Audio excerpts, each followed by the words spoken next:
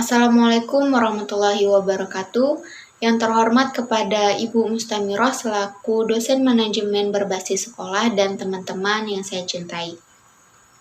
Pertama-tama, marilah kita panjatkan puji syukur kepada Allah Subhanahu wa taala yang telah memberikan rahmat, kesehatan dan keselamatan kepada kita semua. Sebelumnya saya akan memperkenalkan anggota dari kelompok 5 yang terdiri dari Yolanda Oktariani, yaitu saya sendiri, ada Agustinus Grasiadosa, ada Linda Agustina, ada Nurmel Lidiani, dan Dina Febiola. Adapun topik yang akan kita bicarakan yaitu tentang analisis implementasi manajemen berbasis sekolah pada pemberdayaan guru dalam proses belajar mengajar. Materi yang akan disampaikan yaitu ada pengertian belajar, pengertian mengajar, hakikat proses belajar mengajar, tujuan proses belajar mengajar, strategi dalam proses belajar mengajar, metode dalam proses belajar mengajar, dan model dalam proses belajar mengajar. Baik, langsung saja saya persilakan kepada Linda Agustina sebagai pemateri 1 untuk menyampaikan materinya. Assalamualaikum warahmatullahi wabarakatuh. Perkenalkan, nama saya Linda Agustina. Di sini saya akan menjelaskan beberapa poin. Yang pertama ada pengertian belajar. Pengertian belajar menurut Gagne merupakan sebuah sistem yang di dalamnya terdapat berbagai unsur yang saling terkait, sehingga menghasilkan perubahan perilaku. Nah, berbagai unsur yang dimaksud di sini itu terdapat 4 unsur. Yang pertama ada unsur pembelajar.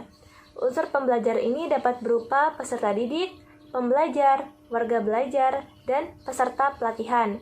Unsur yang kedua itu ada unsur stimulus.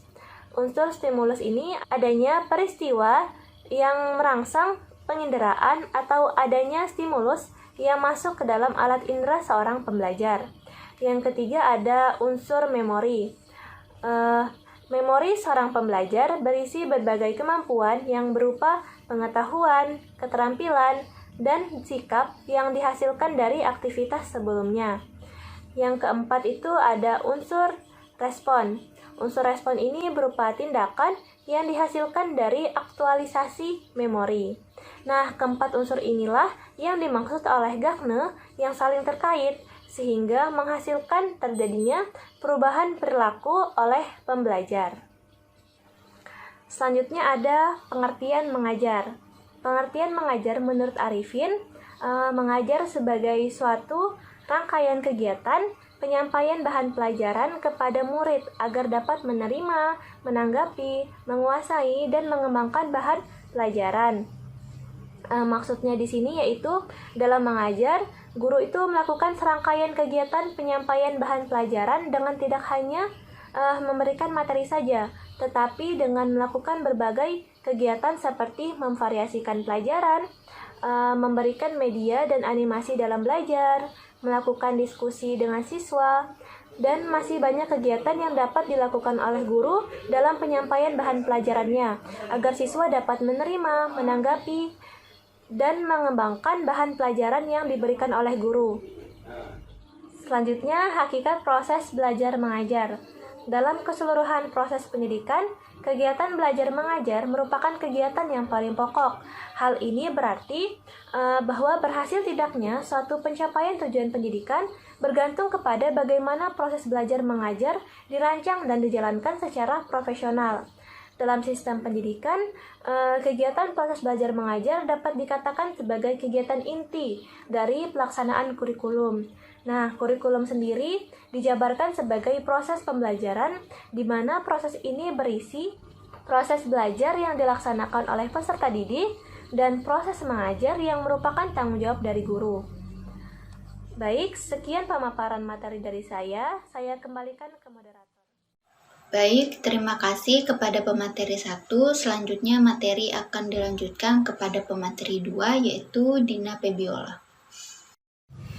Assalamualaikum warahmatullahi wabarakatuh. Perkenalkan, nama saya Dina Febiola, NIM 18051150087 dari PGSD 2018. Baik, terima kasih kepada moderator. Saya akan melanjutkan poin pembahasan kita pada materi kali ini. Saya akan menjelaskan di poin keempat, yaitu tujuan proses belajar mengajar. Apa itu tujuan proses belajar mengajar? Jadi tujuan proses belajar mengajar adalah mengevaluasi kemampuan yang dimiliki oleh siswa yang mencakup aspek kognitif, aspek psikomotor, dan aspek afektif pada mata pelajaran di sekolah. Tentu setiap hal itu pasti memiliki tujuan, teman-teman. Jadi ketika dalam proses belajar mengajar pun juga harus ada tujuannya, seperti itu. Nah, tujuan dari proses belajar mengajar tadi itu adalah gimana caranya guru untuk bisa mengevaluasi setiap kemampuan yang dimiliki oleh siswa, karena di dalam kelas pastinya siswa memiliki banyak karakter dan banyak memiliki kemampuan yang berbeda seperti itu. Maka dari itu, guru perlu mengenal lebih dekat, mengetahui karakter siswa itu seperti apa, karakter siswa satu dengan siswa yang lain bagaimana, kemampuan dalam memahami suatu pelajaran itu seperti apa. Jadi guru itu harus tahu dan di akhir harus bisa mengevaluasi seperti itu. Untuk aspek kognitif, tujuan yang dicapai itu adalah siswa mampu mengerjakan tes tertulis yang diberikan oleh guru seputar mata pelajaran yang sudah disampaikan oleh guru. Jadi di situ dalam bentuk tes ujian tertulis seperti pilihan ganda, esai, dan lain-lain. Jadi di situ dites sampai mana sih kemampuan siswa itu dalam memahami materi yang sudah diajarkan guru. Kemudian untuk aspek psikomotor dan afektif itu dilihat dari sikap siswa selama berinteraksi di kelas dengan temannya, bagaimana sikap siswa tersebut dengan gurunya, dan lain-lain. Oke, kita lanjut ke pembahasan poin kelima, yaitu strategi proses belajar mengajar. Nah, apa itu strategi proses belajar mengajar?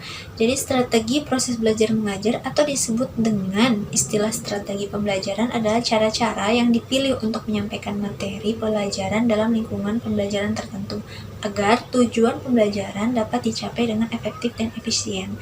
Pasti kita sebagai guru dan kita sebagai mahasiswa yang akan menjadi guru nantinya sudah sering diajarkan oleh dosen-dosen kita seputar model pembelajaran, metode yang digunakan, strategi yang cocok untuk di kelas, seperti itu. Maka dari itu ketika mengajar itu kita tidak sekedar mengajar saja, namun kita memerlukan strategi supaya bisa mencapai tujuan-tujuan yang ingin dicapai, seperti itu.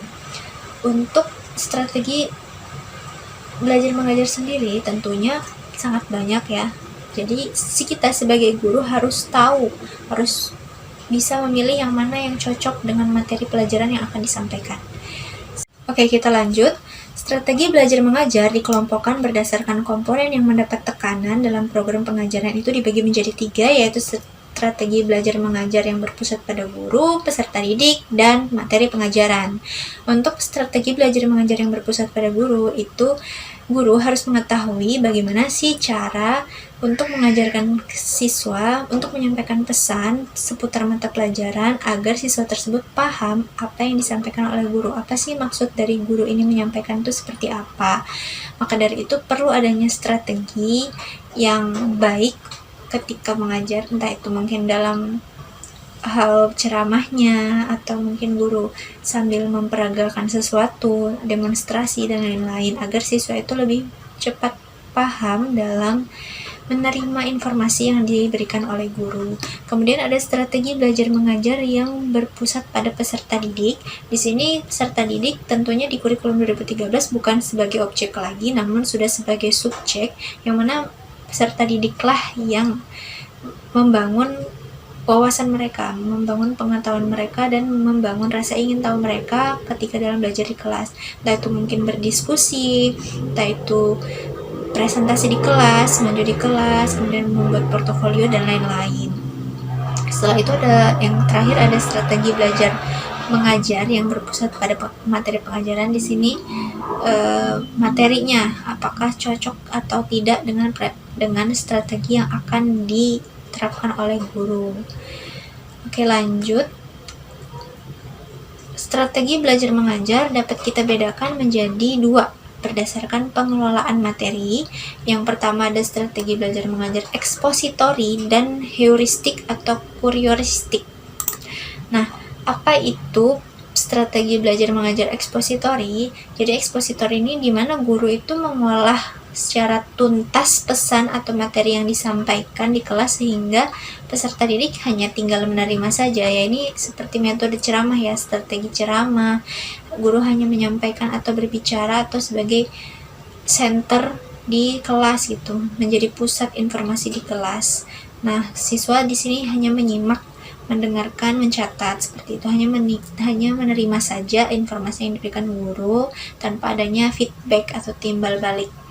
Kemudian yang kedua itu ada strategi belajar mengajar heuristik atau kurioristik, di mana peserta didiklah yang mengolah sendiri pesan atau materi dengan pengarahan dari guru.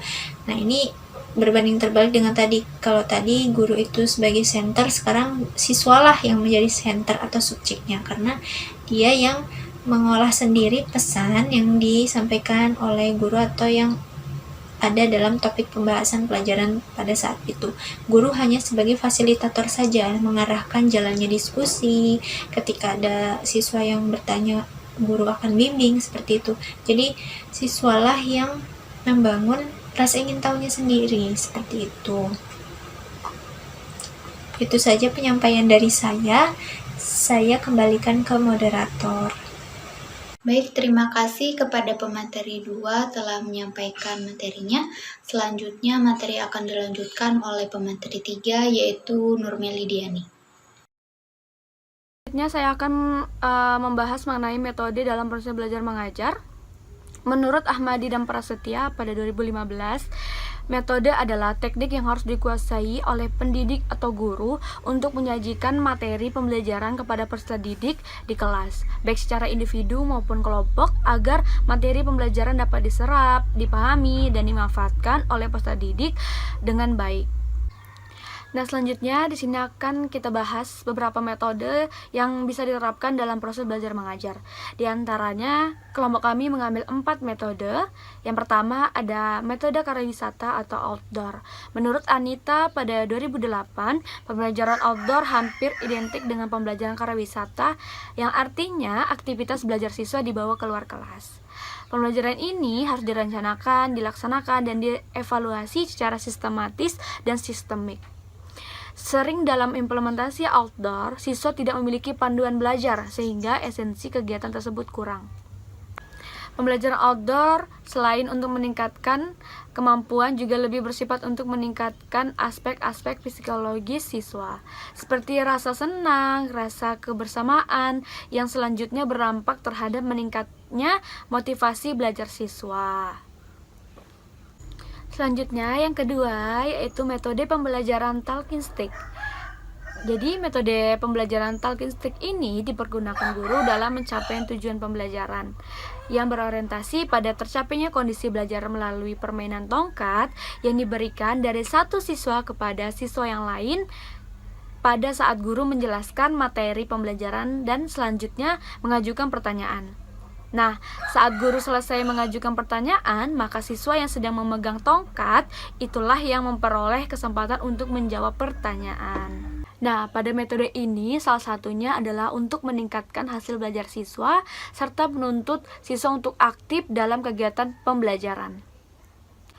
Nah, selanjutnya di sini ada metode diskusi yang seringkali kita pakai dalam proses belajar mengajar di sekolah. Kita akan bahas, yaitu diskusi adalah percakapan ilmiah yang responsif, bersifat pertukaran pendapat yang dijalani dengan pertanyaan-pertanyaan problematika, munculnya ide-ide dan menguji ide-ide ataupun pendapat yang dilakukan oleh beberapa orang yang digabung dalam kelompok itu yang diarahkan untuk memperoleh pemecahan masalahnya. Pada hakikatnya, diskusi berbeda dengan percakapan ya. Nah, situasi lebih santai, kadang diselingi dengan humor. Dalam diskusi, semua anggotanya turut berpikir dan diperlukannya disiplin yang ketat. Adapun menurut pendapat, yaitu menurut Suryo Borto pada 2009, diskusi adalah suatu cara penyajian bahan-bahan pembelajaran di mana guru memberikan kesempatan kepada peserta didik atau kepada para siswa atau kelompok-kelompok siswa untuk mengadakan pembincangan ilmiah guna mengumpulkan pendapat, membuat kesimpulan, atau menyusun berbagai alternatif pemecahan atas suatu masalah.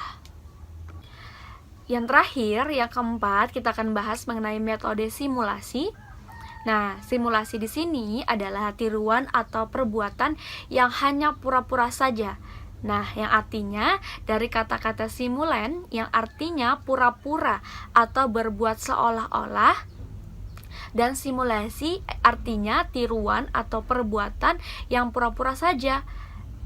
Nah, maksudnya metode ini diterapkan dengan latihan-latihan keterampilan menurut praktek yang dilaksanakan di dalam situasi kehidupan nyata. Nah, pada metode simulasi ini yang mengandung ciri-ciri seperti situasi kehidupan nyata. Nah, latihan-latihannya dalam bentuk simulasi pada dasarnya berlatih melaksanakan tugas-tugas yang akan dihadapi dalam kehidupan sehari-hari. Nah, itulah metode dari proses belajar mengajar. Selanjutnya saya akan kembalikan kepada moderator. Terima kasih kepada Nur Melidiani. Selanjutnya materi akan dilanjutkan oleh Agustinus Grasiadosa. Baik, perkenalkan nama saya Agustinus. Di sini saya akan menjelaskan materi ke-7 yang berjudul Model Pembelajaran dalam Proses Belajar Mengajar. Diambil dari Cardy dan Nur tahun 2009, di mana model pembelajaran adalah kerangka konseptual yang melukiskan prosedur sistematika mengorganisasikan pengalaman belajar untuk mencapai tujuan tertentu. Nah, dalam penerapannya, model pembelajaran harus sesuai dengan kebutuhan peserta didik. Mengapa demikian? Karena tidak semua materi pembelajaran dapat disajikan dengan model pembelajaran yang sama. Oleh karena itu, dalam memilih model pembelajaran, hal yang harus diperhatikan adalah kondisi peserta didik, bahan pelajaran, serta sumber-sumber belajar yang ada agar penggunaan model belajar dapat diterapkan secara efektif dan menunjang keberhasilan belajar peserta didik. Kemudian ada beberapa model pembelajaran yang dapat diterapkan dalam proses belajar mengajar, yaitu pertama, model pembelajaran berbasis masalah atau PBM.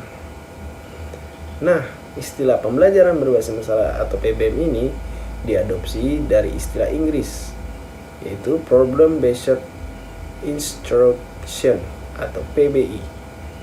Model pengajaran berdasarkan masalah ini telah dikenal sejak zaman John Dewey. Model pembelajaran ini mulai diangkat sebab ditinjau secara umum pembelajaran berdasarkan masalah terdiri dari menyajikan kepada siswa situasi masalah yang autentik dan bermakna, di mana hal tersebut dapat memberikan kemudahan kepada mereka yang melakukan penyelidikan dan inquiry. Nah, pengajaran berdasarkan masalah merupakan pendekatan yang efektif untuk mengerjakan proses berpikir tingkat tinggi. Nah, pembelajaran ini membantu siswa untuk memproses informasi yang sudah jadi dalam benaknya dan menyusun pengetahuan mereka sendiri tentang dunia sosial dan sekitarnya. Pembelajaran ini cocok untuk mengembangkan pengetahuan dasar maupun kompleks. Nah, model kedua yaitu model pembelajaran kontekstual. Apa itu model kontekstual? Model pembelajaran kontekstual atau yang disebut dengan contextual teaching and learning atau CTL merupakan konsep pembelajaran yang menekankan pada keterkaitan antara materi pembelajaran dengan dunia kehidupan siswa secara nyata, sehingga siswa mampu menghubungkan dan menerapkan kompetensi dalam kehidupannya sehari-hari. Model yang ketiga yaitu model pembelajaran kooperatif. Model pembelajaran kooperatif dalam pengertian bahasa asing adalah cooperative learning. Nah, pada hakikatnya metode pembelajaran kooperatif merupakan metode atau strategi pembelajaran gotong royong yang konsepnya hampir tidak jauh berbeda dengan metode pembelajaran kelompok. Nah, pembelajaran kooperatif berbeda dengan pembelajaran kelompok. Ada unsur dasar pembelajaran kooperatif yang membedakan dengan pembelajaran kelompok yang dilakukan asal-asalan.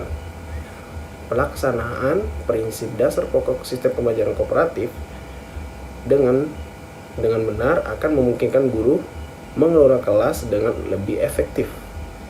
Pembelajaran kooperatif, proses belajar tidak harus belajar dari guru kepada siswa. Siswa dapat belajar dengan sesama siswa lainnya.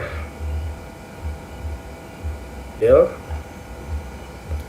yang terakhir yaitu model pembelajaran index card match, atau dalam bahasa Indonesianya mencari pasangan.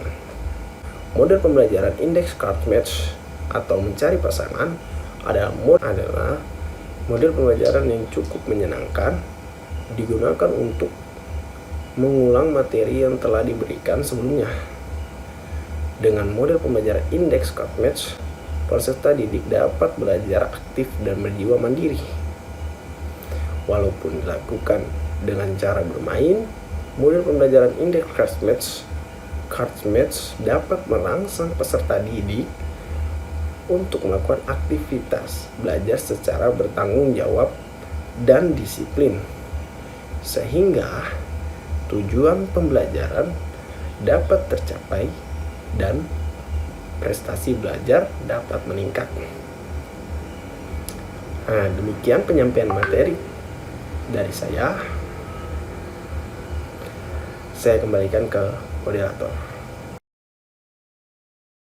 Baik, terima kasih kepada semua pemateri telah menyampaikan materinya.